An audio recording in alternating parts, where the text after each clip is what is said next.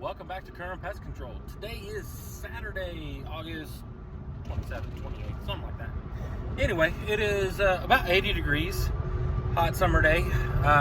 Finished pulling honey yesterday. The cotton fields were still in full bloom. Well, waning bloom, I guess you'd call it. But the exciting news is I am kind of partnered up with the USDA this season to do a little bit of research into Amitraz resistance, more specifically within Varroa mite. So I've got a box of supplies. Hang on for the ride. I will walk you through kind of what I'm doing, of course within their guidelines, and then show you the results at the end of this video as to where I'm at. A little background on the bees that I have. The last time I used Amitraz or Aprivar would have been about 3 winters ago.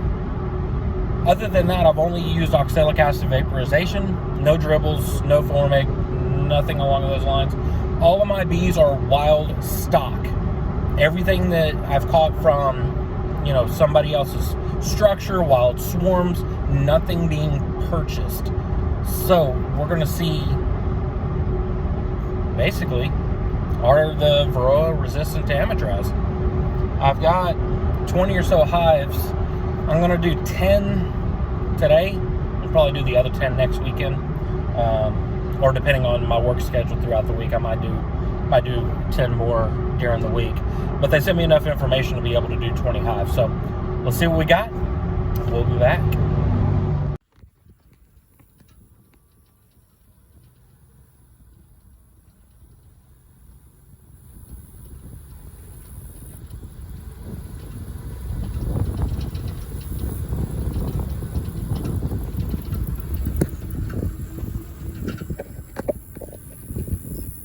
A little bit of snow on the prairie, some little wild looking sunflowers. I'm not sure what those are, to be honest with you. Lots of mesquite in the background. All that was spring cover crops. And then of course all the cotton.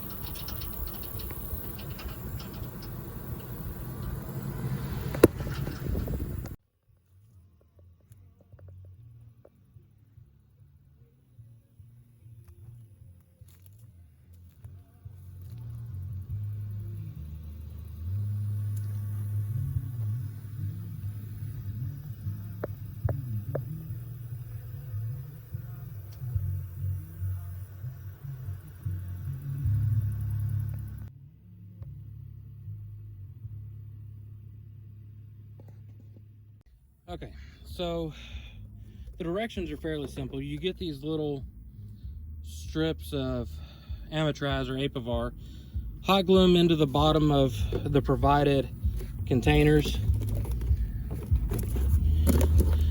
and we get a little measuring cup, little 4-ounce measuring cup. Take a little sample, pour them in there, put the lid on top, write which hive number on the bottom along with the time that you put them in. Let them set for 3 hours over a little tray. We'll show you the tray here in a little bit. I'm going to show one illustration and then I'll knock out the other 10 and we'll go from there.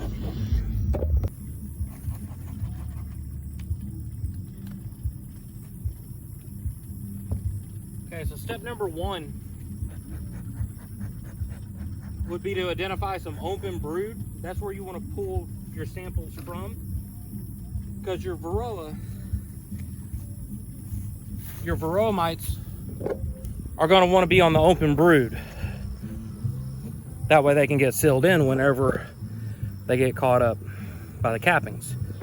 So this is going to be colony number 6, because I've got 3 stacks right here in a line. So I'm going to pull some brood, dump it into the bucket, transfer it across.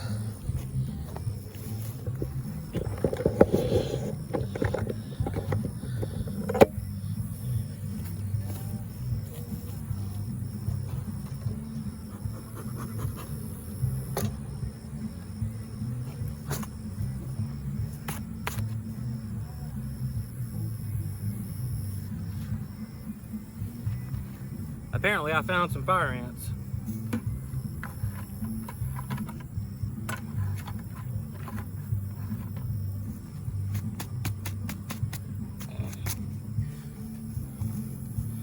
Okay, so a very important step in selecting bees to go into this test is to not select the queen. So you want to really do a thorough job of inspecting your frame before you dump your bees in.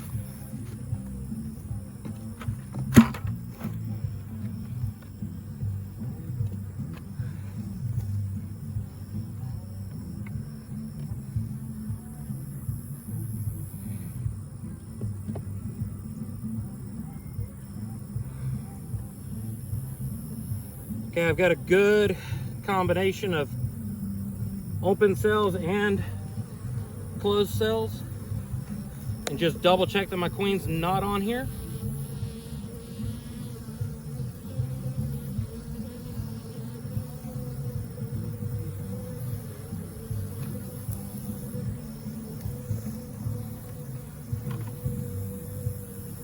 Then we're going to give a quick sharp drop.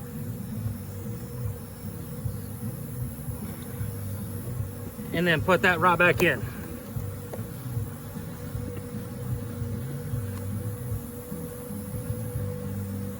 I want to look one more time to make sure the queen is not in here.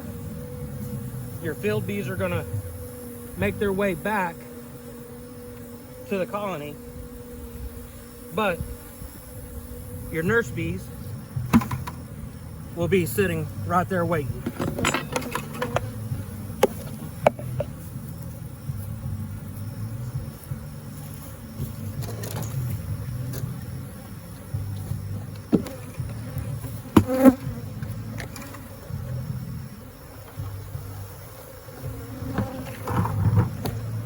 Okay. So now we've got the first sample right on here what time it was, and that one is complete. Keep it out of direct sunlight and move on through all of your colonies. We'll be back for round 2 here in a little while. So once you get your bees collected, you bring them back to a workspace to where you can kind of keep an eye on everything. They'll supply you with little binder clips to basically make 4 legs out of it.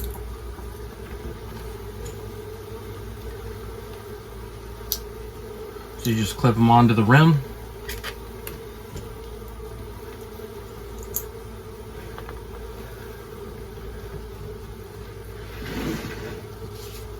And then they supply you with a petri dish of sorts.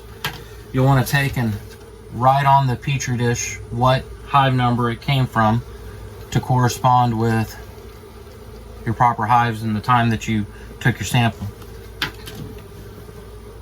Take a little bit of petroleum jelly or Vaseline and just give a light coat up the sides and across the bottom, so that way any mites that fall will get stuck directly to the tray. And now leave these in an indirect space, somewhere kind of shaded, so that way they're not going to get overcooked.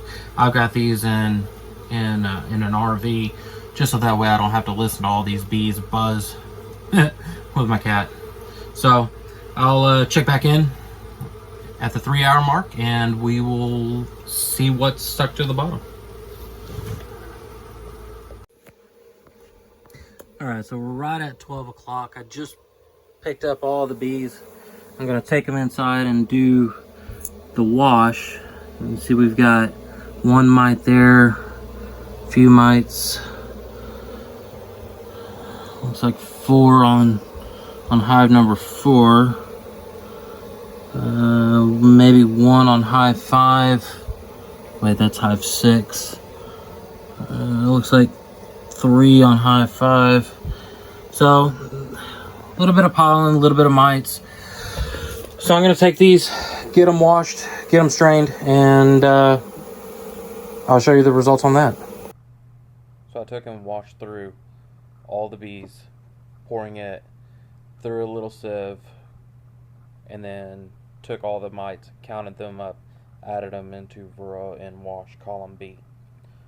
After I got all the Varroa counted between tray A and tray or wash B, had to go through and count all the bees that were in each sample. Long, tedious process, but you can definitely see the result. I have a low mite infestation.